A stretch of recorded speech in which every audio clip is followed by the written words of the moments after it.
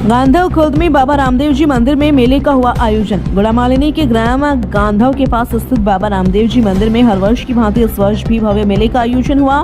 दूर दराज से आए भक्तों ने बाबा के दरबार में धूक लगाकर मन्नतें मांगी।